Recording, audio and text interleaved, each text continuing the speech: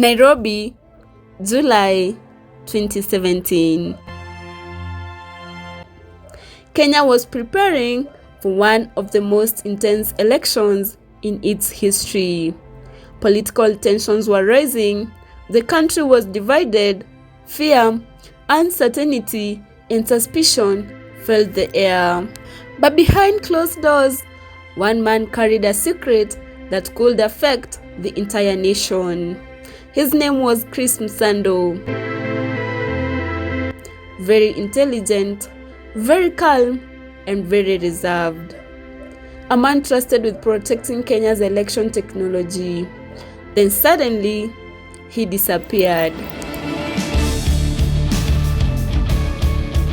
Days later, his body will be found dumped in a forest, tortured, broken, silenced forever. But what exactly happened to Chris Msando? Was it a brutal random crime, or was somebody trying to send a terrifying message to the entire country? To understand this mystery, we first need to understand the man at the center of it all. Chris Msando was not a politician. He wasn't famous. He wasn't a celebrity, but in 2017, he may have been one of the most important men in the Kenyan's history. Msando worked for the Independent Electoral and Boundaries Commission, also known as the IEBC. Specifically, he was in charge of information and communication technology. In simple terms, he helped manage the digital systems responsible for transmitting Kenya's election results. And that responsibility came with enormous pressure. Kenya's elections had a painful history.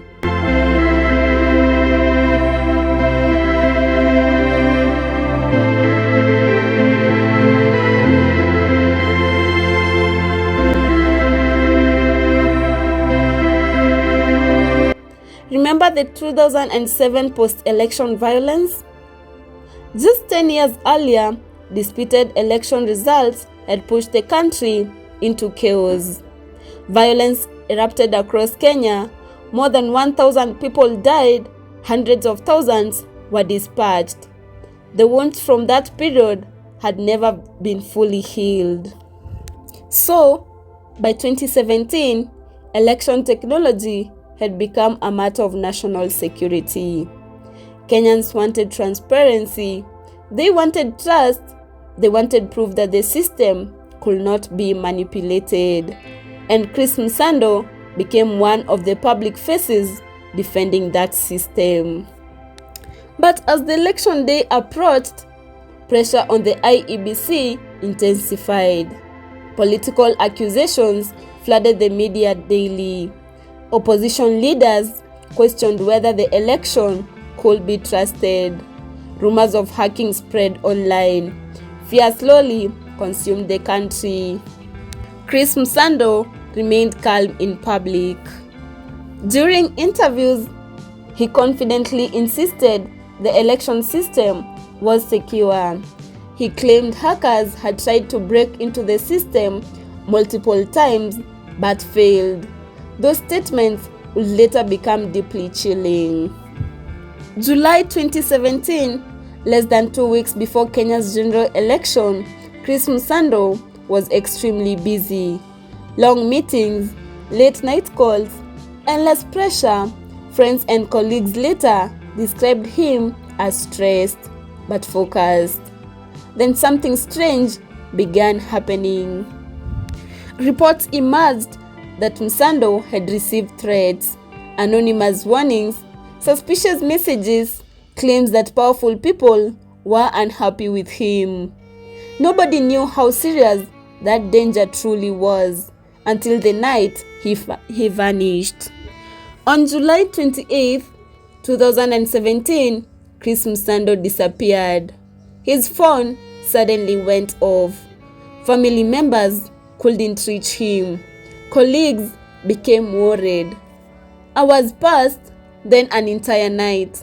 Still nothing. No calls, no messages, no sign of him anywhere. Panic quietly spread inside the IEBC because this was not just any employee, this was the man responsible for protecting Kenya's elections infrastructure. 3 days later, deep inside Kikuyu, outside Nairobi, police made a horrifying discovery.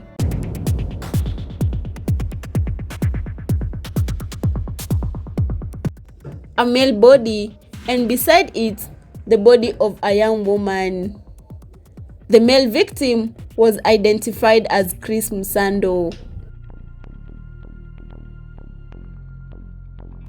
Reports claimed his body showed signs of torture. The country immediately went into shock. Social media exploded, television stations interrupted programming, questions spread everywhere. How could one of the country's most protected election officials end up dead? Poteza maisha yake juzi. Na tunasema kwa polisi wafanye haraka kumaliza upelelezi wao ndio tujue ni nini, na wahakikishe ya kwamba tuataka wote wapatiwe ulinzi wa kutosha, kwa sababu hatutaki mtu yeyote aumie. Mwenye aliwa Chris kama mimi napata mimi nakata na meno yangu, kweli kabisa nakata na meno yangu. Chris, who had access to him, and most importantly, why? Msando'S death changed the atmosphere of the entire country. Suddenly, fear became real. If somebody this important could be killed, who was safe? Political tensions escalated rapidly. Opposition leaders demanded answers. Human rights groups raised alarm. International observers expressed concern. But despite the outrage, the investigation immediately became surrounded by confusion. Almost instantly, theories began emerging. Many believed Msando had been killed because of what he knew about the election system. After all, he had publicly insisted the servers were secure. He had direct access to sensitive electoral infrastructure, and according to reports, he had already received threats. Others believed the killing was designed to intimidate IEBC officials ahead of the elections. A message, a warning. Fear could silence people more effectively than words ever could. Some investigators suggested the murder may have been unrelated to politics, but many Kenyans found that explanation difficult to believe. The timing felt too suspicious, too convenient, too disturbing. As investigations continued, the public expected results, evidence, clear explanations, but instead, confusion deepened. Contradictions appeared, rumors spread faster than facts, and slowly, trust in the investigation began collapsing. Then finally, August 8, 2017, Election Day. But Chris Msando was gone. Look at the babies. My oldest is 10. If I include Jacob, my oldest is 17. And our youngest baby with Christopher is 2 years old. Are you happy? Because I know you're watching. May you not have peace. And vengeance is of the Lord. Na Mungu atatupigania.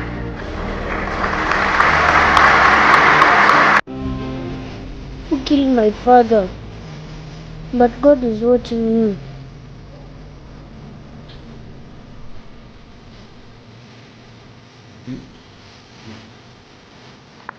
mwenye aliwa Chris kama mimi napata mimi nakata na meno yangu, kweli kabisa nakata na meno yangu. Chris ndio mtoto yangu ya miso, shogo yangu. Shogo ndio nangojaga mama yake. Shogo ndio bwana ya mama yake. Chris ndio bwana yangu. Chris ndio mtoto yangu. The man who had reassured the country about election technology would never see the results himself. Mimi kutoka Chris mekufa, hakuna kitu serikali namwambia mimi hata kidogo. Sisi family kutoka Chris amekufa, nasikia bubaya kabisa.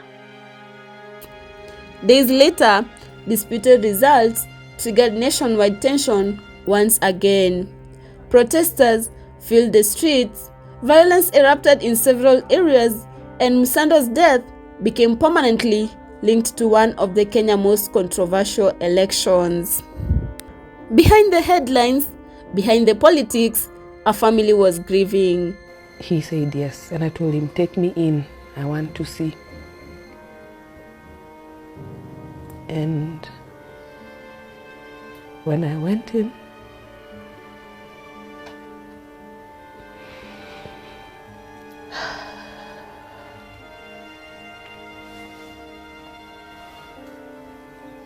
I saw him cold and lifeless. I was in shock. I didn't expect to. Till now, it's still, the picture is there with his eyes shut on a metal, on a slab. I was in shock, but I asked them unwrap the bed sheet that was covering him so that I could be sure his face was, that was Chris. There was nothing wrong on his face. And the moment they unwrapped him, I noticed 3 deep cuts on his hand. A father, a husband, a son gone forever.